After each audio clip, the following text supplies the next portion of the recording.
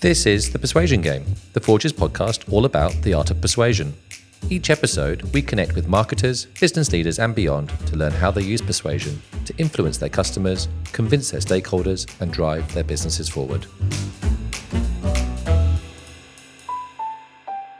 Hello, Laura. How are you? I'm good, thank you. Today we've got a very special episode. We are going to be talking all about innovation again, but this time we're going to bring together the different threads that we've heard on this podcast so far from our different guests and think about the big themes that we've learned from them across innovation. And to help us do that, we've got a very special guest on the pod today coming to join us from The Forge. It's Dan Quinn, our Head of Innovation. Welcome, Dan. Thank you for having me. Dan, you have been in the world of innovation long before you joined The Forge. Tell us a little bit about your journey. Maybe to go right back, I started my career as a qualitative researcher, actually. So I spent the first 2-3 years of my life driving around the north of England, talking to people about all manner of subjects. But really, that was a fantastic test ground for learning about, you know, when you kind of switch off the tape recorder and what really matters to people, what really moves and drives people. After that, I was part of a couple of founding and scaling journeys of brand consulting business and an innovation business, which was great. And also spent a bit of time at Accenture as well, at the other end of the spectrum. So, you know, huge strategy consulting Goliath, spent most of that time consulting on the energy transition. So, you know, a very different kind of scale and order of magnitude of challenge or problem, but no less interesting for it. So yeah, it's been quite an interesting journey, and I'm very happy at The Forge that we get to work on, you know, such interesting projects with, I think, you know, some of the world's biggest consumer brands. So, Dan, we've spoken to a number of our guests about innovation, people that have been in the innovation space like yourself for a long time. I mean, we've listened to Grant and Imme Ermgassen, who launched Botivo, Grant, from Asahi. And actually, one of the big things that sort of jumps out in all of those conversations is their way that they frame the opportunity around innovation, the way they sort of think about it internally and kind of set their businesses up to sort of kind of take advantage of the different opportunities.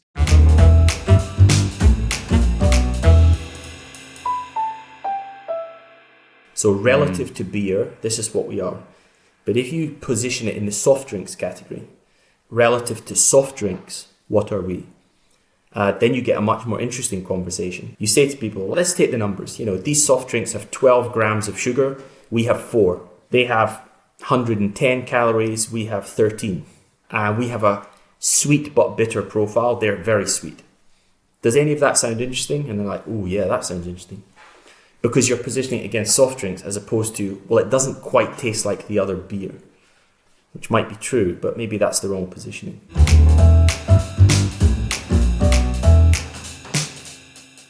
So listening to Grant there, why would you say framing the opportunity matters so much at the beginning of an innovation project? I guess there's a few ways to think about this. Probably the first one has to do with, why are you innovating at all?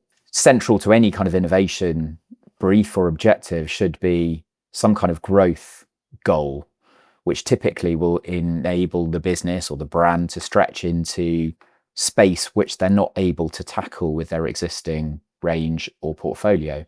How you frame the opportunity is really key then. So an understanding of whether it's a new occasion that you're tackling, whether it's a new consumer group that you're tackling, like what's the addressable market space that you're going after?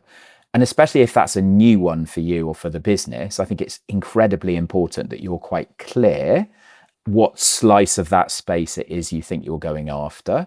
In particular, what is the consumer behavior that you are really looking to tackle or to target, or in some way to perhaps even kind of co-opt through the innovation that you're looking to pop up or create in that space? So it's absolutely fundamental at the beginning, I think, that an innovation team is quite clear on what that opportunity is all about and how to frame it for themselves and also for their stakeholders. What kind of examples come to your mind when you think of a brand or a product that's really done that job of unlocking a new space?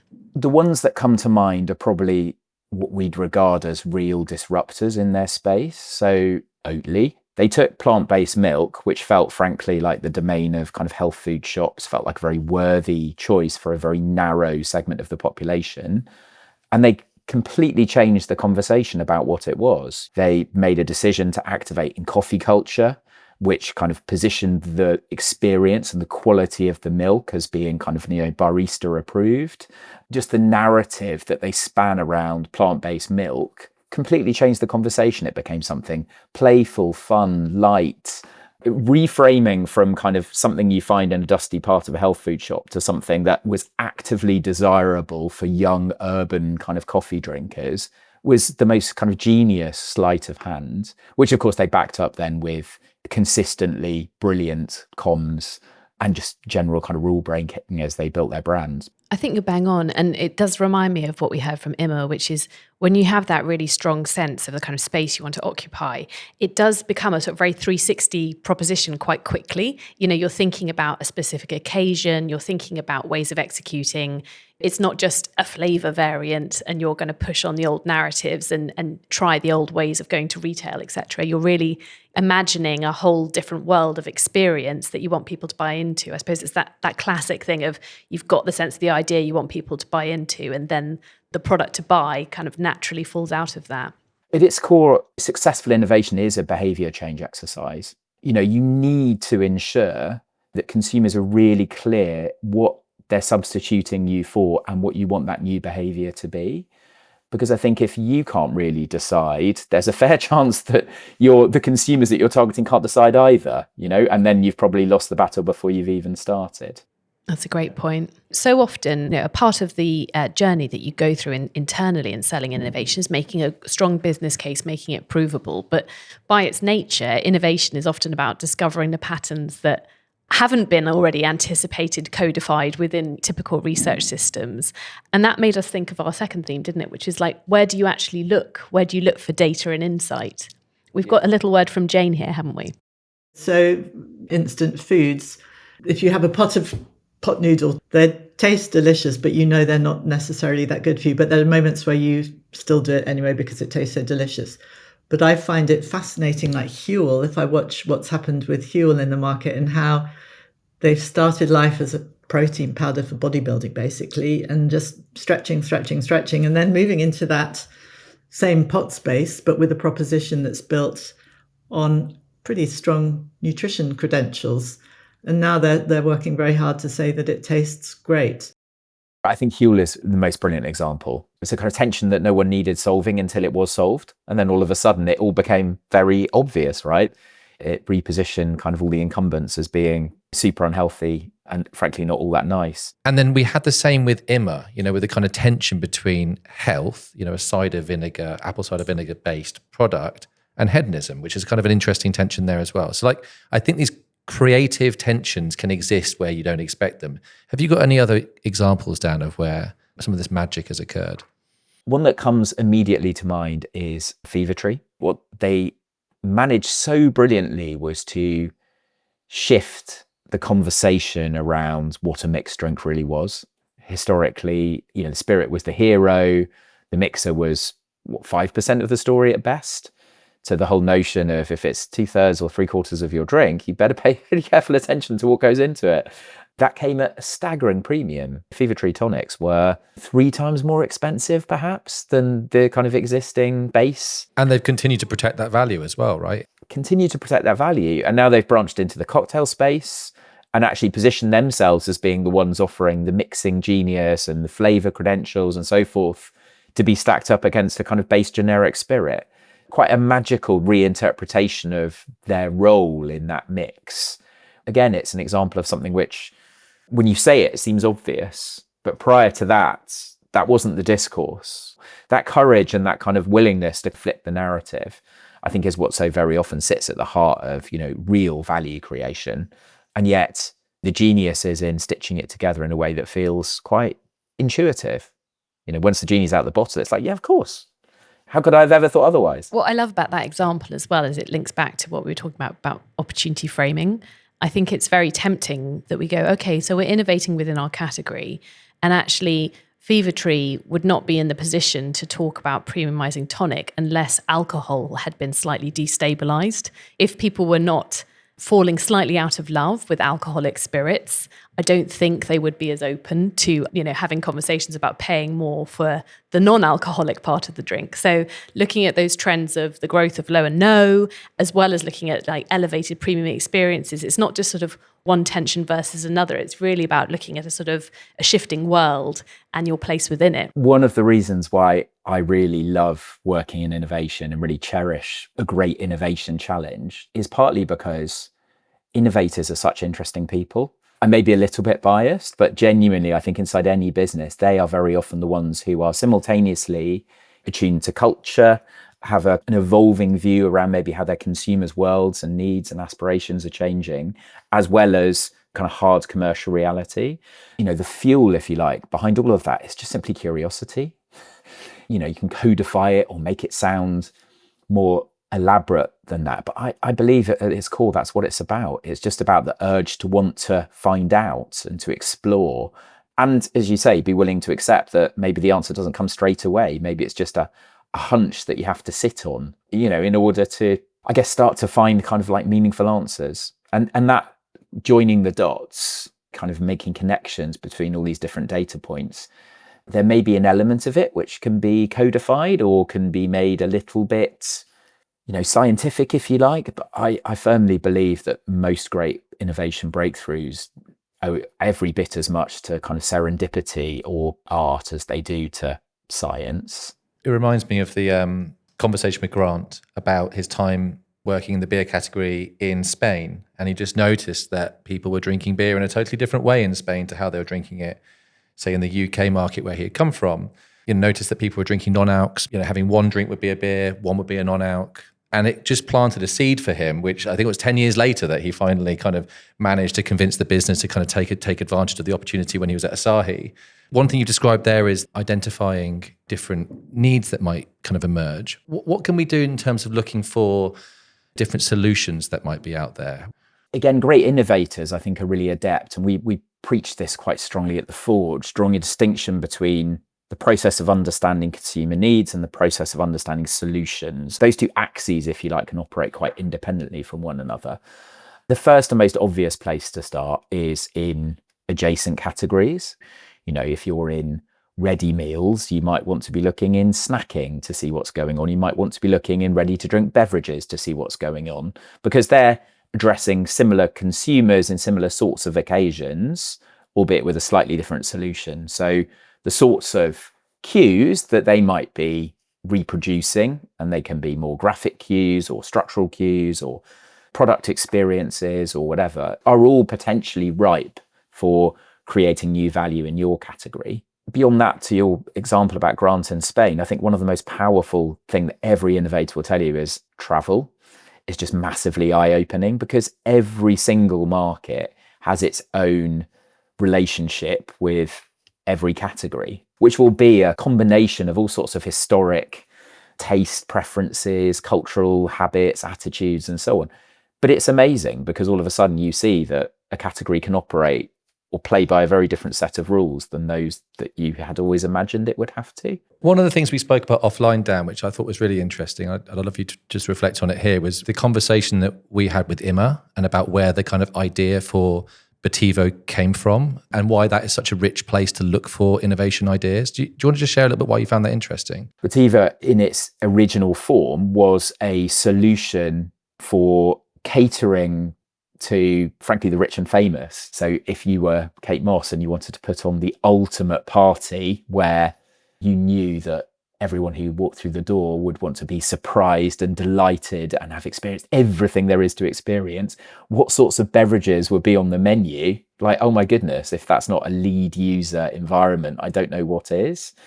So being able to take that as a kind of the ultimate R&D space, take those solutions and some of the thinking that came out of that, and then start to think about how to commercialize that in the knowledge that you have an absolutely extraordinary product experience, I thought was very exciting and very inspiring. And of course, there are many more examples of solutions, be it technology or be it food and beverage for that matter, which is developed in an incredibly demanding environment, which forces the kinds of breakthroughs that then have potential to be scaled out to a kind of wider audience. And I think it segues really nicely actually into next thing we want to talk about, which is about authenticity, about creating with authenticity. And I think there's almost no better example than the conversation we had with Imme about creating with authenticity. So just going to pull this quote out here for everyone to listen to. I always believe that brands need to ladder up from the product itself. They have to be connected, right? So if you're a really punchy, powerful flavor, you have to have a really punchy, powerful brand, and sort of vice versa. You can't authentically have a really loud and brash brand if you're a really weak, thin taste. So they're kind of always connected. And the kind of key thing that from the beginning when we launched Botivo was that we are not a moderation brand. We're a pleasure brand, and that feels really different. It's really obvious when talking to, say, a craft up-and-coming brand about why authenticity is really important. And also it's obvious as to why they can do it really, really well. But for the bigger brands that might be listening, what role does authenticity play for them in innovation? There is a very literal kind of crafty interpretation of authenticity, isn't it? Which if you're working in, spirits or premium beverages or premium fragrance, we can all kind of visualize what that is, like the maker and their craft.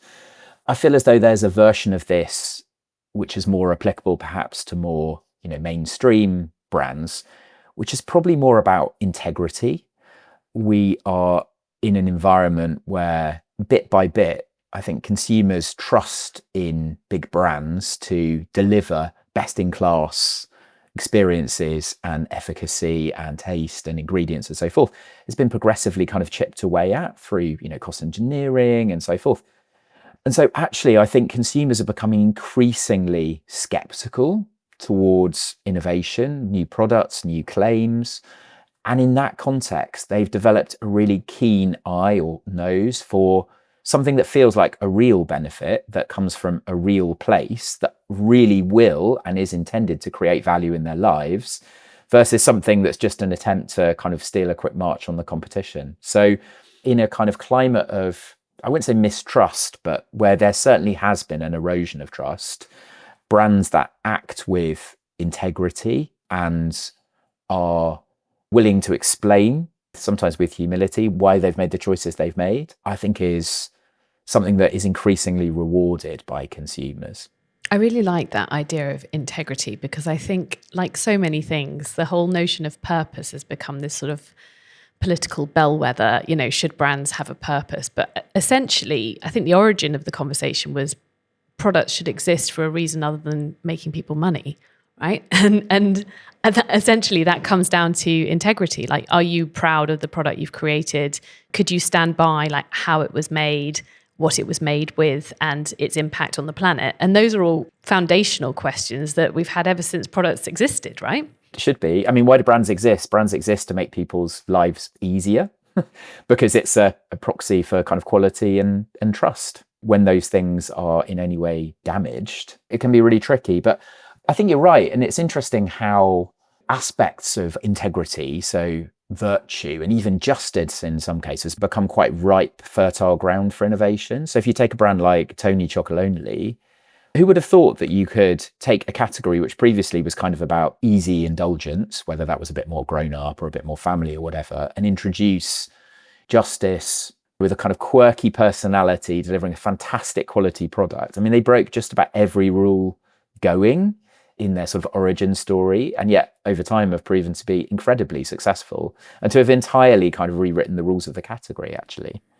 It is harder though, isn't it, when you're a big brand to sort of cue that sense of craft and story in a way that actually feels sort of resonant and relevant. Do you have any examples or any thoughts in your mind about people that are managing to cut through in that way? Yeah, I think so. I think there's some heritage brands in this space who've done a really fantastic job. Heinz or a brand like McVitie's, partly through smart activation, partly through new product development.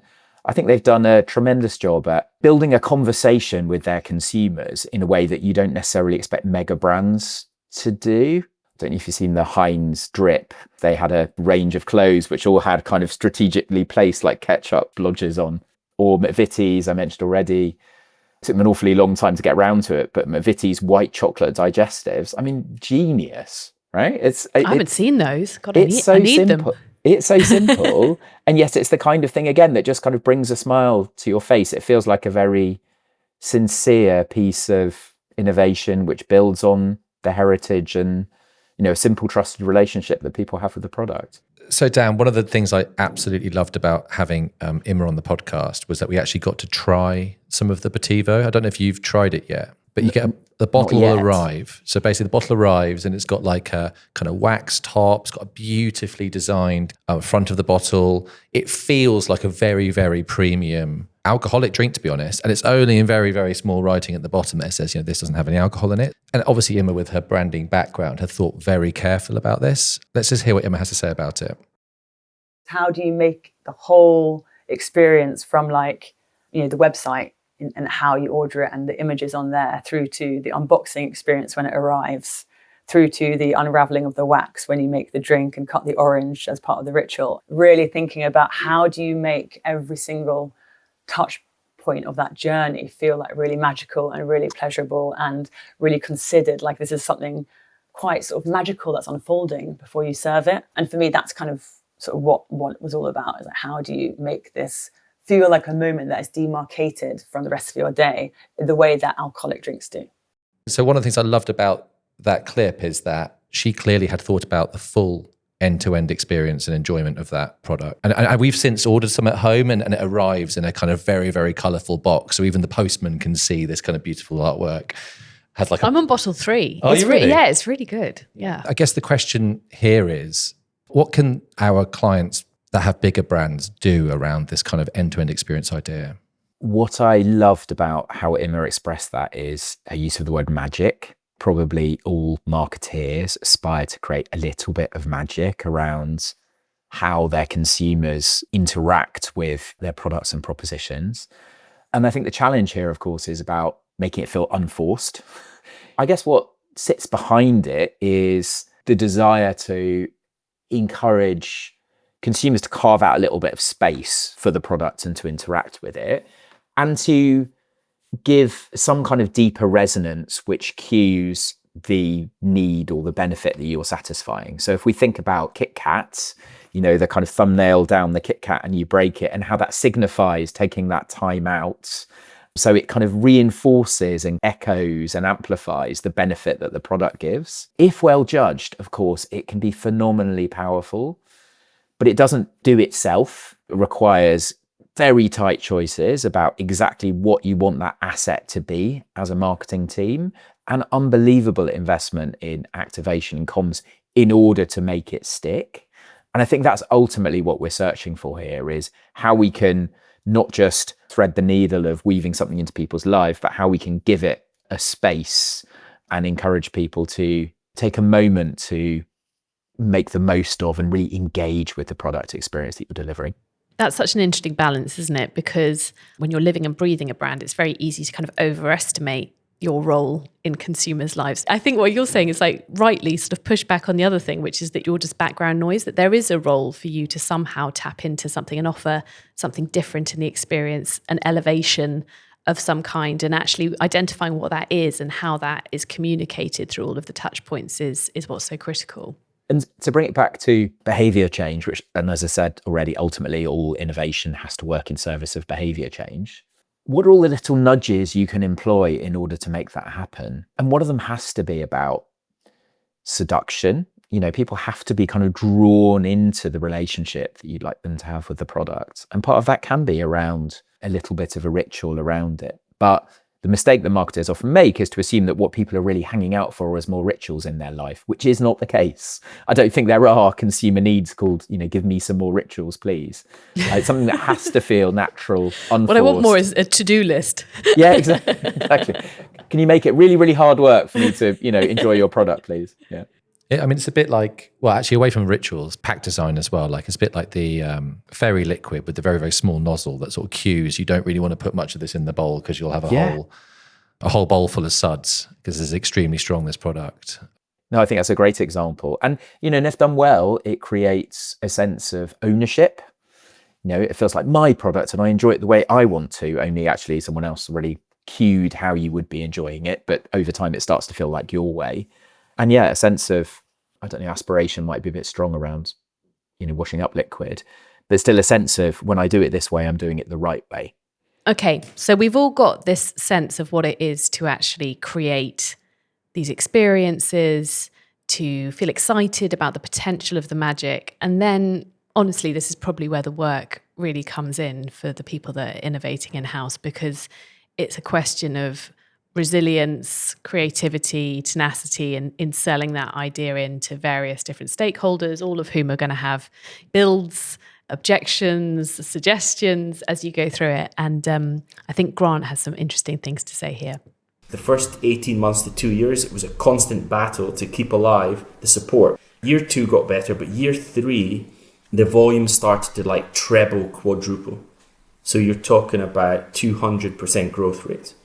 And then it started to, when we did the analysis of who was buying it, and then we started to see things like at lunchtime, where we first went to the retailers, can we do like a meal deal at lunchtime? And they're, are you nuts? And by year 3, it was regularly on promotion at meal deals and selling better than any of the soft drinks.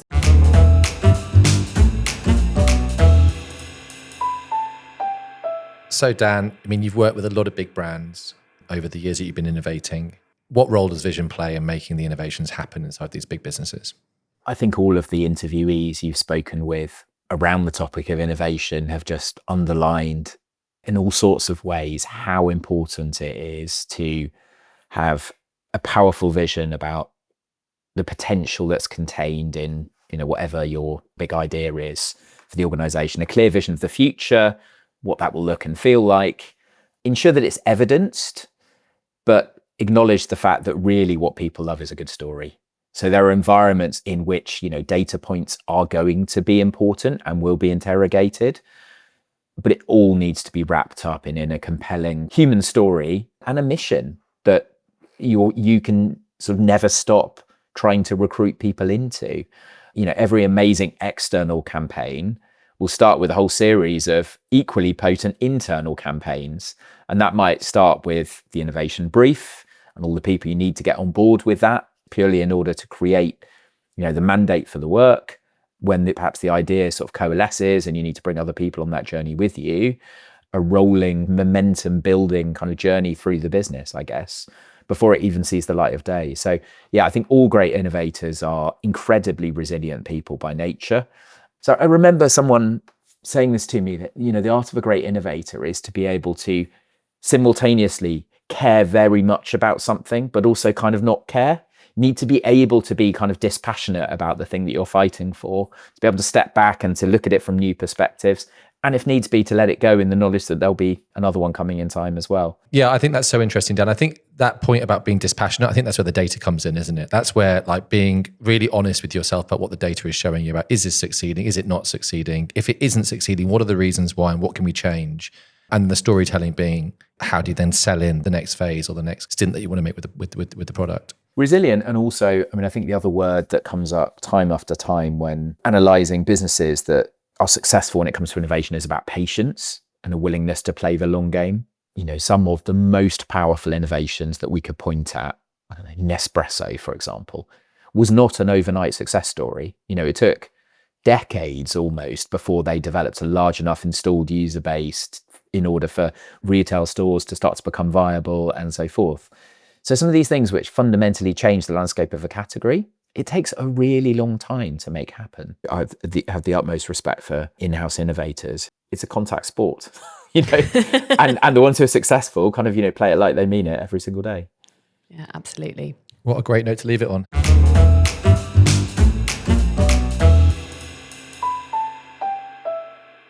Well, that was really fun, wasn't it? That was really fun. I have to say, of all the people that I was thinking would be great on the podcast, Dan is always so articulate at saying things where you're like, yes, that's how I wanted to phrase it. And he just has such a lovely way of looking at innovation. Absolutely. And I think actually when we started this podcast, I didn't actually realize how much we'd be able to kind of group a lot of the discussions that we're having into themes. I feel like quite often you'll be speaking to one guest and they'll talk about a subject, and then that subject will come up again with another guest. And I think that's really interesting, seeing the same things kind of surface, and doing more of these episodes where we bring those things together, I think could be really valuable.